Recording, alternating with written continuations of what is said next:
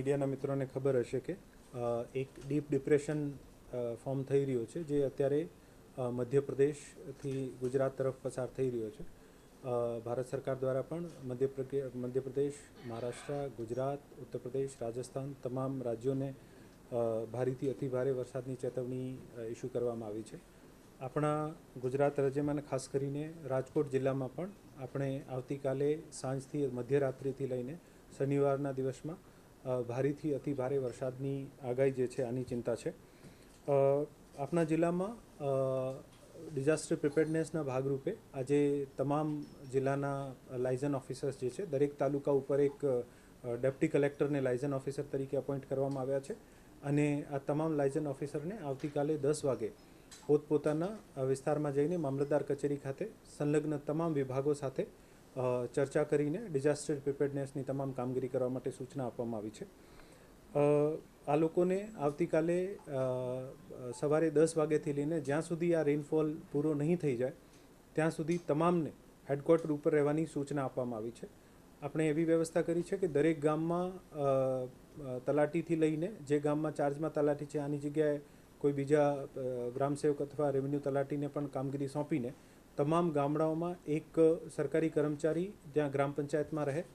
તમામ સરપંચેસને પણ વિનંતી કરવામાં આવી છે કે આ સમય દરમિયાન ગામમાં રહે અને ગામના તમામ આગેવાનો, ગામના વોલેન્ટિયર્સના સાથે રહીને કોઈ પણ ડિઝાસ્ટરની પરિસ્થિતિ હોય આમાં તાલુકાના ડિઝાસ્ટર કંટ્રોલ રૂમ, ડિસ્ટ્રિક્ટના ડિઝાસ્ટર કંટ્રોલ રૂમ પર જાણ કરવાની તથા પોલીસ તથા તંત્રના સાથે રહીને લોકોને બચાવની કામગીરી કરવા માટે અને જાનમાલની નુકસાન ઓછામાં ઓછું થાય આને માટે પ્રયત્ન કરવા માટે અપીલ કરી છે. જોખમી આપણી આપ તમામના મારફત હું રાજકોટ જિલ્લાના તમામ નાગરિકોને વિનંતી કરું છું કે આવનારા 2 દિવસ સુધી શુક્રવાર અને શનિવાર અને જ્યાં સુધી વરસાદ ચાલુ રહે ત્યાં સુધી કામ વગરનો અવરજવર જે છે આપણે ટાળવું જોઈએ, ઘરમાં જ રહેવું જોઈએ. આપણે ભારેથી અતિભારે વરસાદની આગાહી છે અને ચિંતા છે. આના ભાગરૂપે નીચાણવાળા વિસ્તારમાં રહેતા હોય, ત્યાં પાણી ભરાવાના પ્રશ્નો અગાઉમાં થતા હોય તો સુરક્ષિત ઊંચા વિસ્તારમાં જવું જોઈએ. તમામ શાળાઓને સૂચના આપવામાં આવી છે કે આ તમામ શાળાઓ જે છે આ શેલ્ટર તરીકે વાપરવામાં આવશે, ખુલ્લી રહેશે. અગાઉમાં પણ આપણે ઘણી બધી ગામની વાડીઓ જે છે આને પણ સુરક્ષિત સ્થળ તરીકે જે ઊંચાણના વિસ્તારમાં હોય ત્યાં યુઝ કરતા હોઈએ છીએ. તમામ લાયઝન ઓફિસરને, તમામ મામલતદારશ્રી, પ્રાંત, ટીડીઓઝ, પોલીસના મિત્રોને સૂચના આપવામાં આવી છે કે આ એવી જે પણ પરિસ્થિતિ બનતી હોય તમામ લોકોને ઝડપથી શિફ્ટ કરવા અને ત્યાં પૂરતી વ્યવસ્થા જે છે જમવાની હોય કે ખાવાની પીવાની જે પણ વ્યવસ્થા હોય આ બધા માટે કહેવામાં આવ્યું છે. તમામ THOsને ઇન્સ્ટ્રક્શન આપવામાં આવ્યા છે કે PHC મારફત દરેક ગામ માટે એક ફર્સ્ટ એડ કિટ ઉપલબ્ધ કરાવે અને કોઈ પણ સંજોગોમાં જેમાં ફર્સ્ટ એડનો કિટ હોય, ક્લોરીન ટેબ્લેટ્સ હોય, ORSના પેકેટ હોય અને જીવન જરૂરિયાતની બેસિક નેસેસરી જે મેડિસિન્સ હોય આ હોય, જેથી નેસેસરી પ્રાઇમરી એડ જે ફર્સ્ટ એડ છે આ આપી શકાય. તમામ નાગરિકોને વિનંતી છે કે પશુઓને જે બાંધેલા હોય ને બહુ ભારે વરસાદ હોય અને પાણી ભરાતો હોય તો આને ખોલી દેવા, જેથી પશુઓ જે છે આ સુરક્ષિત સ્થળે પહોંચી જાય. પાણીવાળા વિસ્તારમાં અને ખાસ કરીને આ આપણે સમયમાં જોતા હોઈએ છીએ કે અમુક માણસો મનોરંજન માટે જ્યાં પાણી ભરાવતી હોય ને ત્યાં મનોરંજન માટે અથવા નાહવા તરવા માટે જતા હોય છે. વિનંતી કરું છું કે આ 2 દિવસ સુધી આપણે ટાળીએ.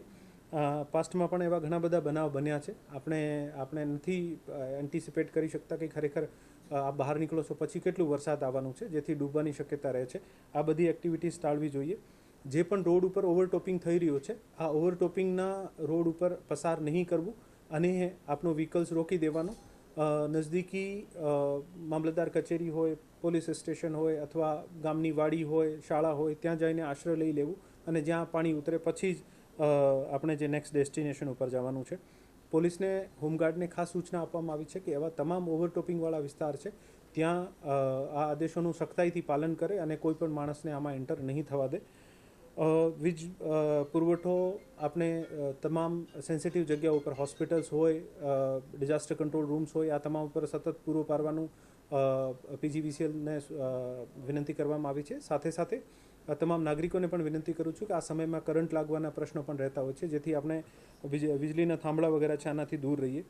ઘરમાં કોઈ પણ સગર્ભા હોય અથવા બીમાર વ્યક્તિ હોય અને સગર્ભા જેની આવનારા 2-4 દિવસમાં ડિલિવરી હોય તો લોકલ PHCની ટીમ, સબ સેન્ટરની ટીમ સાથે ચર્ચા કરીને આને તાત્કાલિક આપણે અત્યારે પણ સુરક્ષિત હોસ્પિટલ અથવા વધારે કોમ્પ્લિકેટેડ હોય સિઝેરિયન કરવાની જરૂર હોય તો ડિસ્ટ્રિક્ટ લેવલના હોસ્પિટલ, આયુષ્માન કાર્ડ હોય તો પ્રાઇવેટ હોસ્પિટલ જે આયુષ્માન કાર્ડનો લાભ આપતું હોય તે એડમિટ કરાવી દેવાના, જેથી છેલ્લી ઘડીએ પાણી ભરાવના કે એવા પ્રશ્નો થાય તો પછી આને ટ્રાન્સપોર્ટેશનમાં ઇસ્યુ નહીં આવે. આપને વિનંતી છે કે આપણું જે ડિઝાસ્ટર કંટ્રોલ રૂમ જે છે આનું નંબર જે છે આ પોળી માત્રામાં બધાને પ્રચાર પ્રસાર કરવામાં આવે. આપણું ડિઝાસ્ટર કંટ્રોલ રૂમનો નંબર છે 1077 અને બીજો નંબર છે 0281 247 1573. આપણા જિલ્લામાં SDRFની ટીમ, તમામ નગરપાલિકાઓ અને કોર્પોરેશનના પણ જે ફાયરના જવાનો છે આને પણ અલર્ટ માટે રહેવા માટે સૂચના આપવામાં આવી છે. આપણે પાસે એક ડીઓ કચેરી ખાતે એક ફાઇબર બોટ ઉપલબ્ધ છે. મહાનગરપાલિકા પાસે 11 ટ્રોલી માઉન્ટેડ ફાઇબર બોટ છે. નગરપાલિકા ગોંડલ પાસે એક ફાઇબર બોટ છે. SDRF ઘંટેશ્વર પાસે પણ 2 ફાઇબર બોટ છે અને નગરપાલિકા જેતપુર પાસે ફાઇબર બોટ છે. આ તમામ ફાઇબર બોટ્સને પણ જે પાણીનો ભરાવ થઈ જાય તો રેસ્ક્યુ માટે અને સૂચના આપવામાં આવી છે.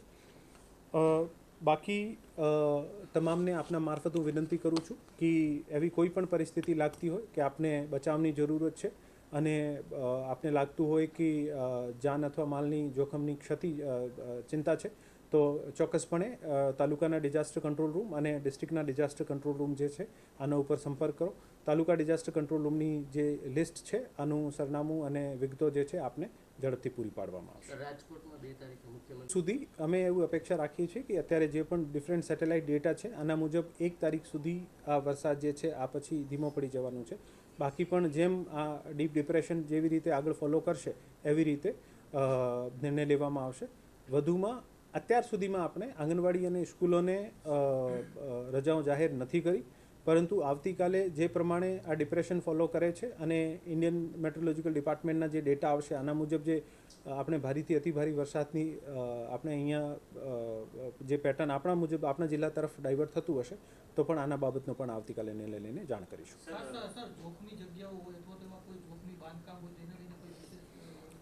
તમામ લાયઝન ઓફિસરને સૂચના આપવામાં આવી છે કે આજે જ તમામ હોર્ડિંગ્સ જે હોય, ચાહે ખાનગી હોર્ડિંગ ખાનગી એજન્સીના હોય અથવા ગ્રામ પંચાયતે લગાવ્યા હોય, અને કોર્પોરેશન ઓફકોર્સ પ્રી મોન્સૂન પહેલાં તમામ હોર્ડિંગ્સની ચકાસણી કરતું હોય છે. ન સિર્ફ હોર્ડિંગ, જે કાચા ઘરો છે, જર્જરિત ઇમારતો છે, જૂના વૃક્ષો છે જેને જોઈને લાગતું હોય આ તમામને ટ્રિમિંગ કરવાની પણ સૂચના આપી છે. જોખમી હોર્ડિંગને દૂર કરવાની પણ સૂચના આપી છે અને સાથે સાથે નગરજનોને, ગ્રામજનોને પણ અપીલ કરીએ છીએ કે એવા કોઈ પણ સ્થળ હોય જ્યાંથી અને પડવાથી આપણે જોખમ થતો હોય તો આનાથી દૂર રહીએ. ડેમ સાઇટ ઉપર તમામ જે પણ ડેમના રાઉન્ડ ધ ક્લોક ડ્યુટી આપેલી છે અને જ્યાં સુધી આ પરિસ્થિતિનું નિવારણ નહીં થઈ જાય ત્યાં સુધી સતતપણે ડેમ ઉપર રહેવામાં જાણ કરવામાં આવે છે. સાથે સાથે જ્યારે પણ પાણી છોડે તો સંબંધિત તાલુકાના ડિઝાસ્ટર કંટ્રોલ રૂમમાં જાણ કરીને આ નીચાણવાળા વિસ્તારમાં જે પણ ગ્રામજનો છે ત્યાં સુધી માહિતી પસાર કરવાની અને આ લોકોને મોબિલાઇઝ કરાવવાનું જરૂર પડે તો આ તમામ સૂચના આપવામાં આવી છે. રાજકોટ મહાનગરપાલિકા છે અને 90 એરિયા આઈડેન્ટિફાઈ કર્યા છે નીચાણવાળા, એવી રીતે આપણા રાજકોટ જિલ્લામાં કેટલા એરિયા? રાજકોટ જિલ્લામાં લગભગ 170 થી 180 ગામો જે છે આ આપણે નીચાણવાળા વિસ્તારો તરીકે આઈડેન્ટિફાઈ કરેલા છે.